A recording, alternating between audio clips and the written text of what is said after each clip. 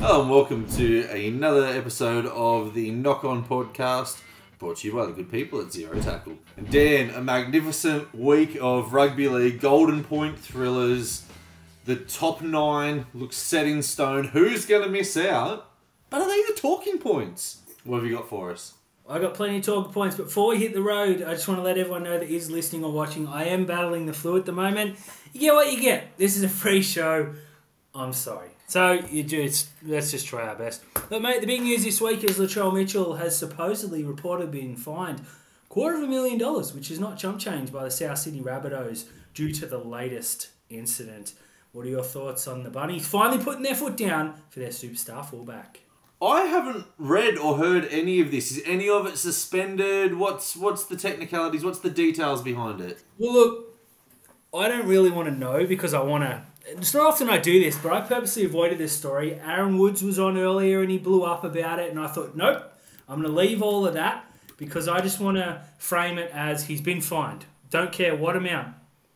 So while you do the research, I just want to have my say quickly. I think South Sydney have been treading on eggshells around Latrell Mitchell for far too long, to the point where it was Latrell Mitchell Rabbitohs featuring some South Sydney players. I think this latest incident, and I don't really want to comment on the latest incident because we don't know what's happened just yet, but the fact that it's the latest incident says it all. And I think, look, I don't want to play conspiracy theory, mate, but Jai Gray's a pretty good fullback. You got a good halfback coming across from England. Certain Jack Whiten's going to go in the centres with Campbell Graham. I don't know if Latrell Mitchell is as important or as integral to South Sydney as he was this time last year. I don't know if that's got anything to do with them finally putting their foot down or whether it's Wayne Bennett coming back. But I do have a feeling that if he were to go in tomorrow and say, throw his hands up and say, I'm out of here, they'd say, see you later. Yeah, look, it would be interesting to know the intricacies of the fine. You can't just straight up fine someone 250 grand. There's not, like, that's a quarter of his yearly salary before tax. Mm-hmm. So, you know, there isn't a place where that's gonna actually hold up. Now, I would dare say that a big chunk of that will be suspended, and some of it will, you know, you'll pay it off over installments of the remainder of his contract. Look, Latrell's got a lot of growing up to do, right? On his day, one of the best players in the NRL, one of the best players we've seen, you know, freak of nature in the centres, was brilliant on the wing, is a good fullback, is an origin weapon, never lets his country down. But he has a lot of growing up to do off the field, and I hope that this is the wake-up call that he needs and us as rugby league fans deserve, because rugby league's a much better place when Latrell Mitchell was playing footy. Like, that smile that he has is so infectious. The love that he has for the game, you know, win, lose or draw, you're always going to get something good out of him in a post-game press conference. Some people might not like it, some people do. I'm a huge fan of Latrell Mitchell, right? He's one of my favourite players, and when he was leaving the Roosters, I was really, really hoping that we were going to have a crack at him. But there's a lot of baggage that seems to come with Latrell Mitchell, and it's what's the appetite that South Sydney have now. They seem to be getting a real raw end of the stick with him, and it seems to be something every year that's out of their control. And it's the worst part of the situation is it's not out of Latrell Mitchell's control. And yeah, I think this is it. This is the last chance saloon for the Rabbitohs. I think you're absolutely right. If he was to turn around and say, hey, look, I've got this huge offer to go and play, you know, in North Queensland, they'd just be like, yeah, sweet, cheers, see you later. Thank you for your services. Thank you for everything that you did. Goodbye, scram, skedaddle. Wayne Bennett did come out and say that he would be more than happy to have a conversation with Latrell and nurture him. So I think that's, you know, they had a really good working relationship when he was at South Sydney. Yeah, I'd be interested. Souths are a better team with Latrell in there. It's obvious. I don't think there's any team outside of maybe Penrith that wouldn't say, oh, Latrell, come over the spot. Came to Cronulla tomorrow, mate. You and I are going to be down there cheering on. So I don't think they're trying to force him out. I hope people didn't look in too far into what I said before. But I do feel like the situation's better for them now to say, oi, you need to cut this stuff out. And it's not so much this last one. It's the last 3 or 4, and then it was the couple before that. It's the fact that, you know, when other players are injured, they're in there every day. As you said a couple of weeks ago when he was injured, he needs to be in there carrying bags and hyping these young kids up, not off taking a break and not up doing stuff on his property or whatever. And I'm not saying that he wasn't allowed to do that, but as the biggest player in the competition, like some would argue, he needs to be front and centre of everything South Sydney do. So I think I had a couple of mates message me and say they can't believe that he's just been stood down at the end of the year. He should be at every single game. He should be there. He should be wearing the bunny suit. He should be doing something. He should be with Jai Gray 24/7. Like, this is a kid that could just, through osmosis, learn so much from Latrell Mitchell. So it's really disappointing to see. I hope South's putting their foot down. This could really go one or two ways. I hope Latrell looks and goes, oh, I got a genuine crack at a premiership here under Wayne Bennett. I'm going to pull my head in and be the best player in the competition again, because that's what we deserve as rugby league fans. But I'm moving on to something that hopefully this beats, and that is that the next Immortal will be inducted on Wednesday night. Now, full disclosure, we are recording this on Tuesday. We'll do our best to get it up ahead. Who do you think it'll be tomorrow night, mate? Oh, there's so many players, right? There are so many players that I just feel like the Immortals tag is getting a little bit washed. There's a Hall of Fame, and they're getting so many Immortals now. It feels like there's a Hall of Fame inside the Hall of Fame. You know, I think they skipped like the Sterlo Brett Kenny era and the Sterlo Brett Kenny argument as to if it was going to be one of them, who was it going to be. They overlooked Darren Lockyer for Andrew Johns, and I respect the hell out of that. I think if you're saying now, like, who is the next Immortal? Well, it's the greatest guy to ever lace up a boot, and that's Cameron Smith. It has to be Cameron Smith. And if it's anybody else, if they go back to the 1980s and induct somebody, it's going to feel like they made a mistake and this is just here you go, sorry, here's a sympathy entrance. And if it's Darren Lockyer, then Cameron Smith has to bide his time, and it's going to be another 5 years before they get an Immortal in. They probably just need to turn around and go, you know what? The next Immortal is that Queensland spine. That's just what we're going to call it. The Queensland spine that won 8 Origin series in a row. And we'll close it down after that. Just leave it. Leave it alone.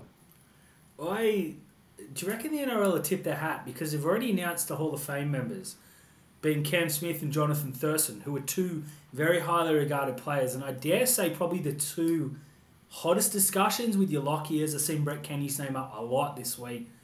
Sterling's another one you mentioned. There's a couple of names from further back that you don't know now that Johns is in, because they sort of rushed Andrew Johns in. And now Meninga obviously was always going to make it. They sort of rushed him in when all these players a long time ago are still sitting there. So I don't know whether they go back and then now that Thurston and Smith are in the Hall of Fame, you can't go, hey, Hall of Fame. Oh, by the way, it's get back up here, you're the Immortal. I feel like that's a bit anticlimactic. So I think maybe they've just tipped their hat a little bit to say, look, Smith's going in there 100%. I dare say Thurston's not far behind.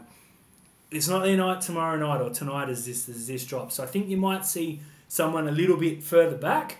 But I think you're exactly right. If Cam Smith's not the next one in, he's the most deserving from what I'm saying. But then again, I didn't see a single second of Brett Kenny's career. So, yeah. Look, and that's just what we can go off now. Like, we were blessed to see Andrew Johns. We've been blessed to see Darren Lockyer, Brad Fittler. I've been blessed to see Brad Fittler coach, man. I'm so stoked that he was the New South Wales coach. That was awesome. We've been blessed to see Cooper Cronk, John Thurston, Billy Slater, Greg Inglis, Cam Smith. So I think no matter what, someone's going to have a Barney somewhere.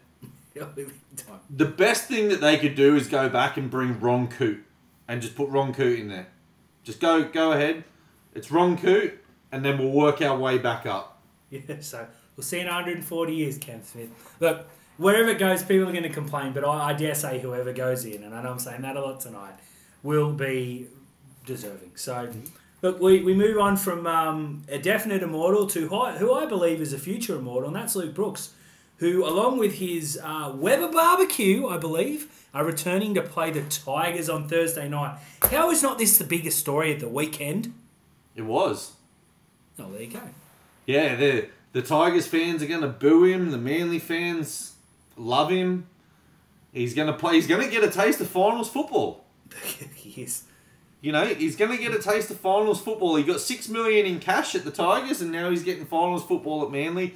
Look, I think it's just been an all-round great move for everybody because it's proven a couple of things, right? It's proven that Luke Brooks is actually a handy footy player, and he wasn't at fault at the Tigers. We knew this all along, right?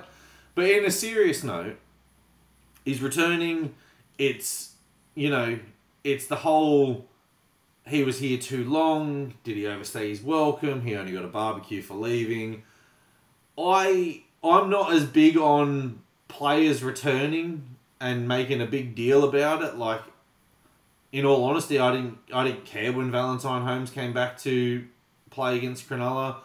I don't care that Sean Johnson's last game is going to be versus Cronulla at Cronulla. You know, once they leave, they've left. You know, I wish them no ill. I just hope they don't win a premiership. That's completely fair. Look, I say very much in jest because I don't care. I didn't even know till today the teams come out. I'm like, oh, cool. Brooks is playing in Campbelltown this Friday, Thursday night. Look. Isn't it not at Leichhardt? I thought it was Campbelltown, Leichhardt. Who knows? There's 25. Just pick one. He was there for, 10 years or something? Mm-hmm. Won a halfback of the year, blah, blah, blah. We know all the good. We know all the negative. The fact is, he tried to get out of there for the last 2 years of his contract, and the Tigers shut him down. This is something that we should have been talking about 2 years ago because they should have resold him to Newcastle the second they should because they would have had time to move on. They'd be 2 years further on. Brooks would have played some finals football. Newcastle fans would be happy they don't have Phoenix Crossland, Tyson Gamble in the halves this weekend. Should have worked. And it has worked. He's gone to Manly. He's fallen into a great situation. He's got an all-time legend in Daly Evans, his halves partner. It worked out, surprise, surprise.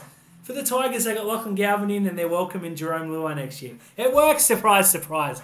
This is utterly ridiculous. It's gone heavily under the radar because I think outside of about the 1,500 Tigers fans that will turn up and the 300 Manly fans that will travel all the way to whatever ground it is, nobody cares. Nah. No one cares. Like, I just think it's awesome that Luke Brooks is going to play some finals footy this year. That's the only thing that I'm taking away out of this. Cool, he's returning. The next time that the Tigers get to watch him play on television, on free-to-air, will be in a finals game. Never thought I'd see those words. Now, let's talk decisions from the weekend. We're going to touch on this on the Outlaws, but we thought, we'll leave it and see what comes. Graham Annesley's come out, and I believe, correctly, for the first time in several weeks, backed his referees for penalising the blockers and for sending Phoenix Crossland to the sin bin for the most professional of fouls possible. Fans have blown up, saying, oh, well, why? The referees have only themselves to blame, Terry, because they've let this go for so long, it's almost been forgotten about, that now they do make a right decision and everyone jumps down their throats. Phoenix Crossland, for me, laid on Cronulla player to stop another play going, knowing, I'll give away 2 points, who cares? It's a hard kick, the wind's blowing a gale against you, you'll probably miss, it's out wide. That is the literal definition of a professional foul, and he had to be sat down. But the fact is, that hasn't been adjudicated like that all year. The referees only themselves to blame. Yeah, look, that is the most blatant... Like, if you look up professional fouls, that is a textbook professional foul. 6 seconds left.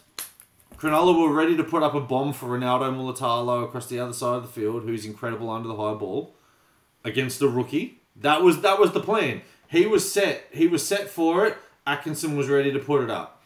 Phoenix Crossland not only came over and jumped on the player late, he then laid on him, and he looked at the referee until the referee blew a penalty, and then he looked shocked when he was sin binned.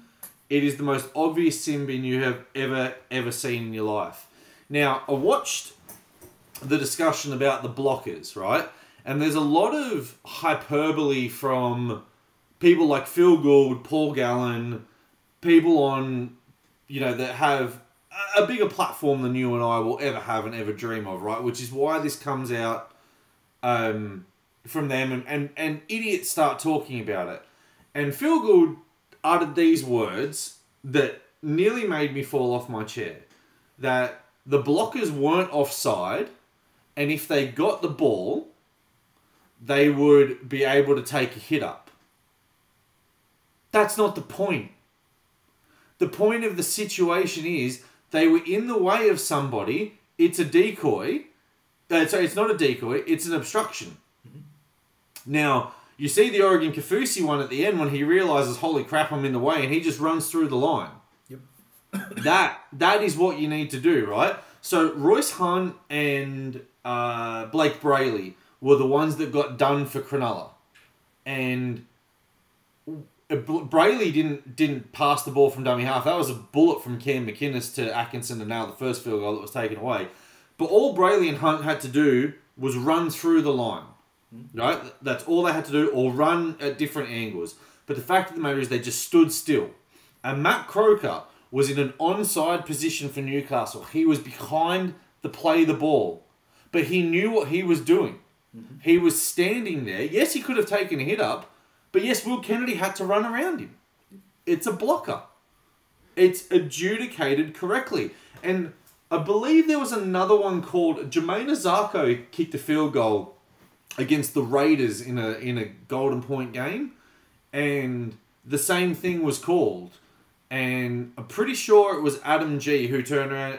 the Dolphins, Jesse Bromwich came up and said, but I was onside. And Adam G said, doesn't matter if you're onside, you're in the way.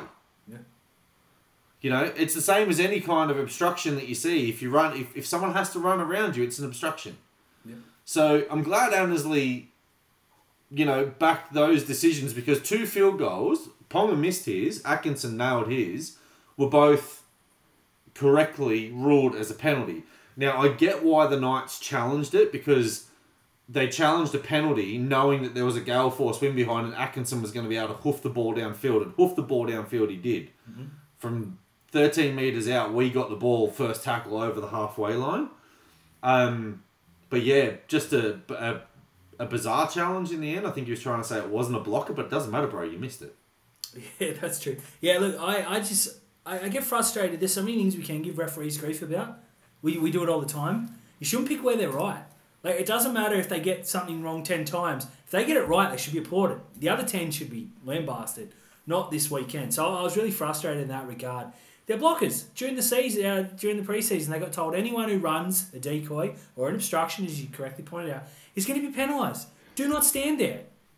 How hard is it? And I was more frustrated at Cronulla than anything, because we just got gifted a blocker penalty at the end. 40 seconds. Same thing. Like a minute later. It's so frustrating.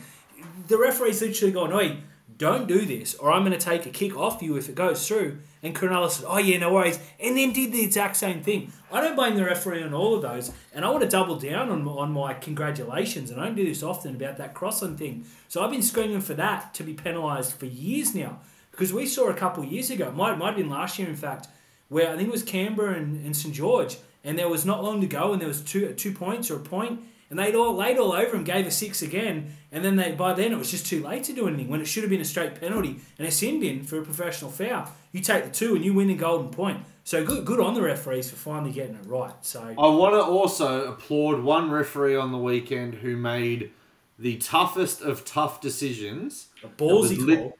That was literally a game-deciding call, and that is Belinda Sharp correctly ruling a forward pass. However, she was let down by her touch judges, because it never should have got to that, because Jack Whiten threw one 6 metres forward, 3 tackles earlier. Exactly right. And if we're sitting here, if Cam Murray got that pass right and they score, we're going back to that pass, and it's a travesty. So lucky for them. But speaking of something else that's a bit of a travesty, we touched on this a little while ago, and I can't believe it hasn't been shut down yet. Wayne Bennett has got another young Dolphin. Now, Lachlan Hubner, I don't know anything about him. I had to Google the name. He's described as a young gun. Now, typically the media says anyone under 21 is a young gun. We've seen so many next so-and-sos signed from SG Ball or Park Footy. You never even hear of them. We're still waiting for that Matt Rogers kid or the Fijian kid or the Sevens kid. When are they ever going to come through? I'm sure they're still in the system somewhere. Wink, wink. So this could be all for nothing. But the fact is, Ewan Aiken's is going with him. Tavita Pangai Jr. was going to go and then changed his mind and went to England, and he's fallen off a cliff, so who cares there? Is it time for the Dolphins to say, "Oi, Wayne, get out of here"? Well, there's 2 games to go. I think the damage is already been done anyway, and there's no one else. At the end of the day, you're not going to be able to stop people following Wayne Bennett. You know, if you're and the other thing that you have to have a look at is that Wayne hasn't actually done anything wrong here. Neither of those 2 players have broke their contract. It's true. So it's not as if he's turned around and said, hey, Isaiah Katoa, I know you've got another 6 years at the Dolphins and you're the marquee player, but Lewis Dodd's been dropped by St. Helens, Cody Walker's 900 years old, Latrell's in a bit of trouble at the moment. Do you want to break a contract to come down? And Katoa's gone and asked for a release. He's actually gone to Ewan Aitken and said, you're off contract. The Dolphins haven't given you an offer. I don't mind coaching you. You're a good bloke. You're versatile. You can play back row. You can play centre. We got a little bit of money. You fill a gap. What do you say? Aitken's probably gone in and said, I love it up here. Do you want me? Not for the money that you're getting. Scream. See you later. The young kid... Fair enough. Wayne Bennett's also poached one of Cronulla's best juniors at the moment in Max McCarthy. He went as well. He's a good young lock. Was in our SG ball team. He's played a little bit of flag this year for us as well. But he's been out of the team recently. Now you know why. But yeah, look, I don't think Wayne's done anything wrong because he hasn't encouraged anyone to break a contract. If he'd got someone to break a contract, or say a scenario that was floated around, like Jesse Bromwich retired, and then he actually backflipped on that and said, no, wait, you know, I'm going to come out of retirement, I'm going to go and sign for South Sydney, may get a little bit dirty on that. I think if Tavita Pangai Jr., I didn't really have a problem with that either because no one else wanted to give him a crack except for Wayne Bennett. Yeah, the only, like, when coaches go from one club to another and they entice players to break contracts, that's when I've got an issue. But if you're off contract, you can do whatever you want. Fair enough. I love it. To another coach, Craig Bellamy. He's come out and said that he'll be resting players in the next couple of weeks. Named a full-strength side this week. I think maybe Grant Anderson might be out, but they put Tyrone Wishart in that some could argue is an upgrade because he's an absolute freak. We saw last year, Brisbane had the minor premiership wrapped up, rested a whole heap of players and lost it. This says to me that Bellamy, you know, I think they'll win the minor premiership anyways. And it's not like they're dropping, you know, their creme de la creme and putting players on that aren't future superstars. Do you think the minor premiership needs to mean more? Because it doesn't. Sounds to me, if you said to Bellamy, do you want the minor premiership or everyone fit and firing round one? He says, round one of the finals, duh. I just don't think the minor premiership means enough. If I want to hear Cronulla come out and say, yeah, we want to win this minor premiership, but who cares? No one remembers in 2 years' time. The minor premiership prize money is less than the preseason challenge. This is why no one cares about it, right? And the fact that we've changed out of the McIntyre system, and if you lose in week one, you're not punished. Like if you're in the top 4 team and you lose in week one in the McIntyre system, you're the away team in week 2. Whereas now, if you're the home team and you lose, you're the home team again in week 2. So, look, Bellamy knows that he's got a 4-point buffer with 3 games to go and a pretty favourable draw. They've got the Cowboys at home, and I think there would have been a little bit of unrest per se if he had made wholesale changes for this, because the Cowboys are a top 8 team and they're fighting for position on the ladder as well. So, you know, the highest that the Cowboys can finish is 4th. So they're going to be bang up for this. And I think Bellamy knows that as well. And Bellamy also knows that if he rests players against the Cowboys and they get touched up, all of a sudden they're only 2 points clear of Penrith and their for and against has been hit. Yeah, I expect them to win the minor premiership. Does the minor premiership mean anything? No.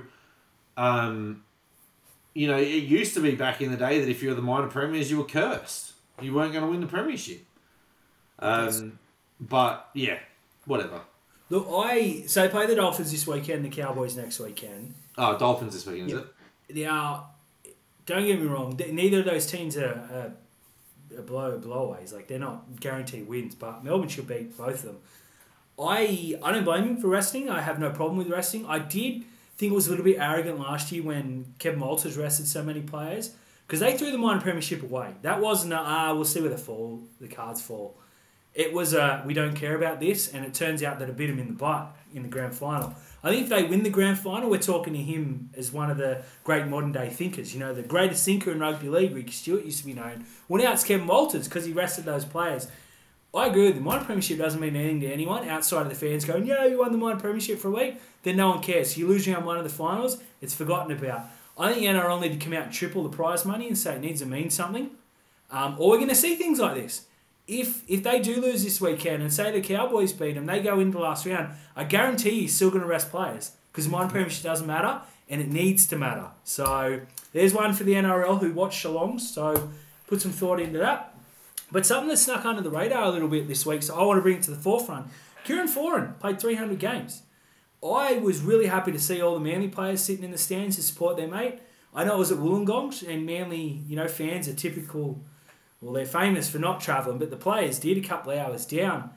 It was great to see. And Kieran Foran, a couple of years ago, was lost to the game. He was gone. He was. I remember when Kieran Foran was good.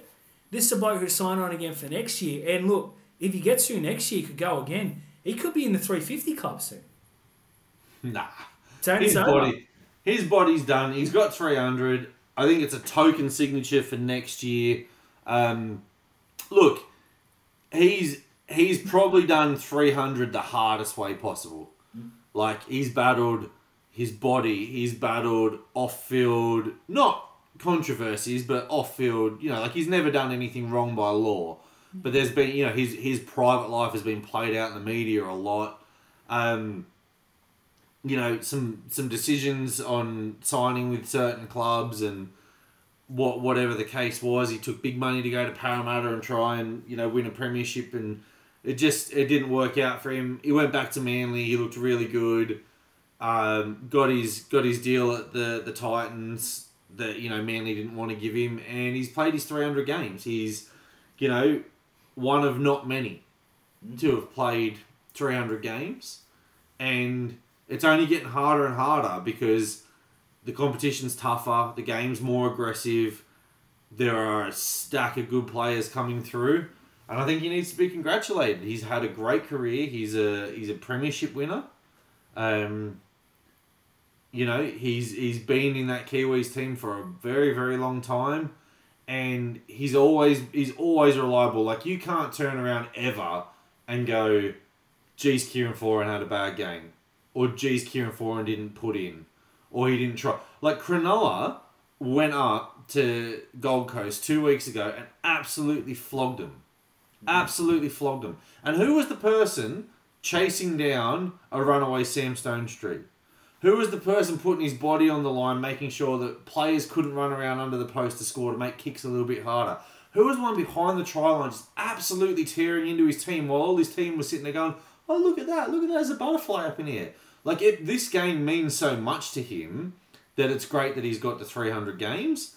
I've actually really come to appreciate him this year when you actually remember what he's been through to get there. It's a great story. It is a great story. Again, looking back a couple of years, this is a guy who looked gone from rugby league. There was talk of him retiring, not coming back from New Zealand. Some family stuff had come up, and you can't blame him. He was still relatively young when all that happened, and I'm not casting any negativity on him. The stuff he's overcome to put 300 games up, I really hope that the Titans fans turn out for him in the next couple of weeks and cheer him, because he's carried the side through a lot this year.